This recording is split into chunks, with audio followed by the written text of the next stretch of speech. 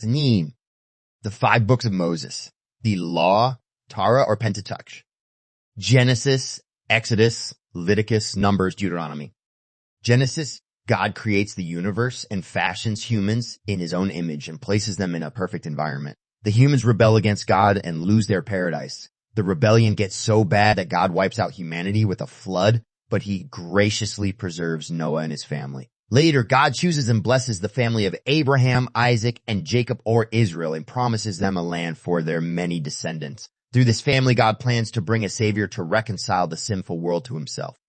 Exodus, the children of Israel, now living in Egypt, are forced into slavery. God prepares an Israelite named Moses to lead the people to freedom. The king is loath to let the slaves go, so God sends a series of plagues upon the Egyptians. Moses leads the Israelites through the Red Sea, which God miraculously parts for them, and to Sinai.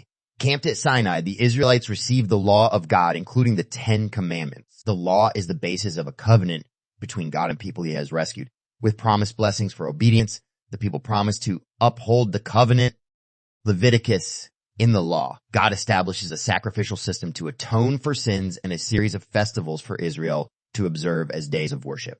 God gives Moses plans for a tabernacle, a tent where the sacrifices can be offered and God will meet with his people. God specifies that the rituals and ceremonies of the tabernacle are to be overseen by the family of Aaron, Moses' brother.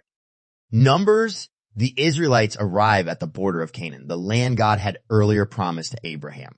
But the people following Moses refuse to enter the land due to their lack of faith and their fear of Canaan's inhabitants. As a judgment, God consigns the Israelites to wandering in the wilderness for 40 years until the unbelieving generation passes away and a new generation takes their place. God sustains his rebellious people with miraculous provisions throughout their time in the wilderness. Deuteronomy, the new generation of Israelites, is now ready to take possession of the promised land. Moses gives a series of final speeches in which he reiterates the law of God and promises that one day God will send another prophet reminiscent of the power and mission of Moses. Moses dies in Moab.